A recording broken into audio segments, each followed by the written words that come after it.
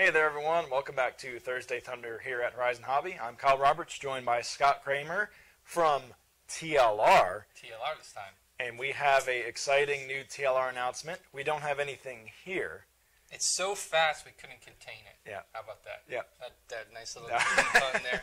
Scott, what are we here to talk about? I should mention, we're going to drop in video and pictures here. So just because you don't see something, there's a reason.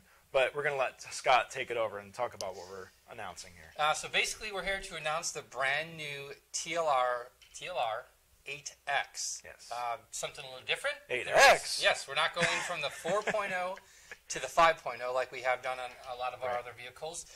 The reason that we're actually going to the X in this naming concept is basically it's not a 5.0. It's nowhere near close to being a 5.0 because this is completely brand new from the chassis up. I was hard pressed to find some old parts, except let's say the diff internals, which have been phenomenal from TLR. That's all the same, but the chassis, the suspension, the way the radio tray mounts, the arms, how you can go from just a standard arm to a stiffer arm is brand new from ground up. Most people remember or know the 8 as the narrow chassis. I always found it a little bit difficult to drive for my driving style. Some people really excelled at it, but with the 8X, we actually went to the more traditional, wider style chassis, so it's a little bit more forgiving. Just about anyone can drive it because that's what they're kind of used to is the wider chassis. So that just makes it a broader spectrum of drivers that will enjoy it now. And like I said, every single piece got redesigned, put more features into it, more adjustability. That's what amazed me is just the adjustability. Your setup window's a little bit wider. Correct. And this sounds funny, but people take suspension arms for granted. A suspension arm is a suspension arm. That's all you could do with it, right? Well, no. Now they've actually designed it to where you could put plates in there to actually stiffen it up and make it handle a little bit different. A lot of today's tracks are getting more high grip, so that will stiffen up the arms, give you a little bit more traction there, a lot less flex. But yeah, and the reason we don't have the car here, to get back to that point, was as of now, as this is airing, practice is probably running down in Lake City, Florida. For one of my old home tracks. Yeah, very nice facility by Brian Lewis down there. Yep. The Roar 1A scale Nitro Nats are going on right now.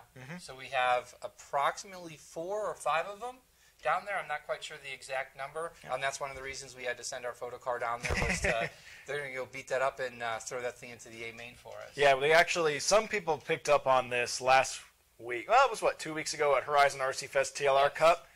There may have been a couple there, maybe, that got photographed.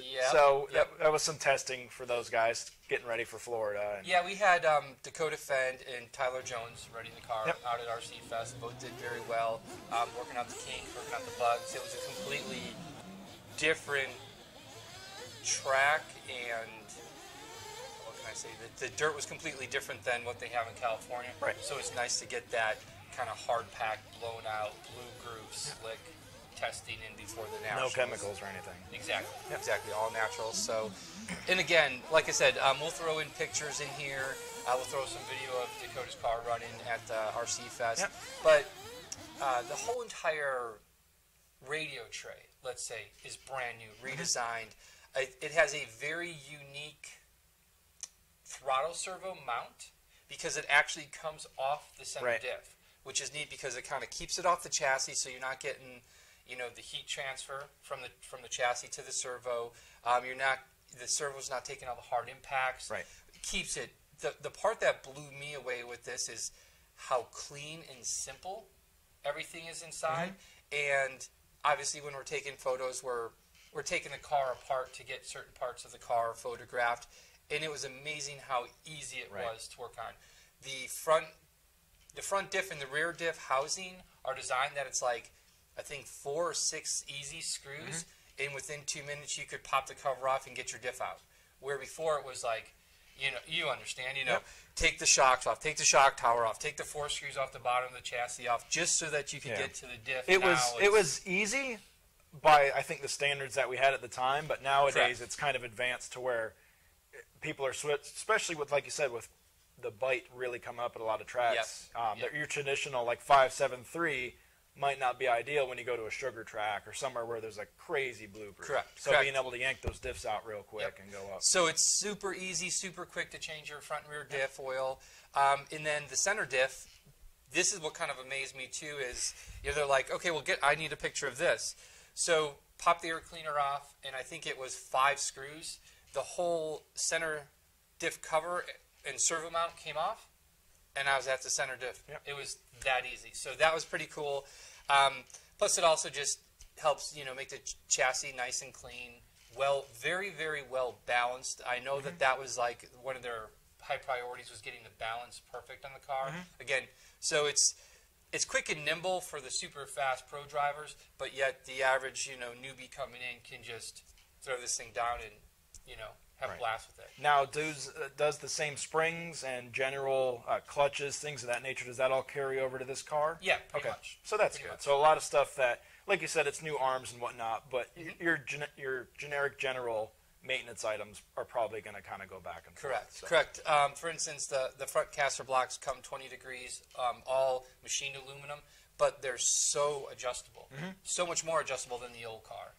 It just, like I said, the adjustability on this it's ridiculous. Yeah, and I was looking, I've looked a few pictures already. The rear hubs kind of have the different roll center adjustments, more your turnbuckle adjustments for changing, roll centers and your turnbuckle length. It's very, you can definitely tell there's more, just like I said, more setup window with the car. Correct. We're going to have a video out there by Ryan Dunford. He's going to go through the car, every nut and bolt on the car. We should have that up very soon on the TLR website. Okay. And then more than likely next Friday, once the Nats are all done and the boys are home from Florida, we're going to do a Facebook Live with Ryan and Kevin, our team manager. So they'll get into it a lot more deeper than we're doing. But it's an awesome car. I'm super excited to drive it. We're hoping to get some to drive real soon.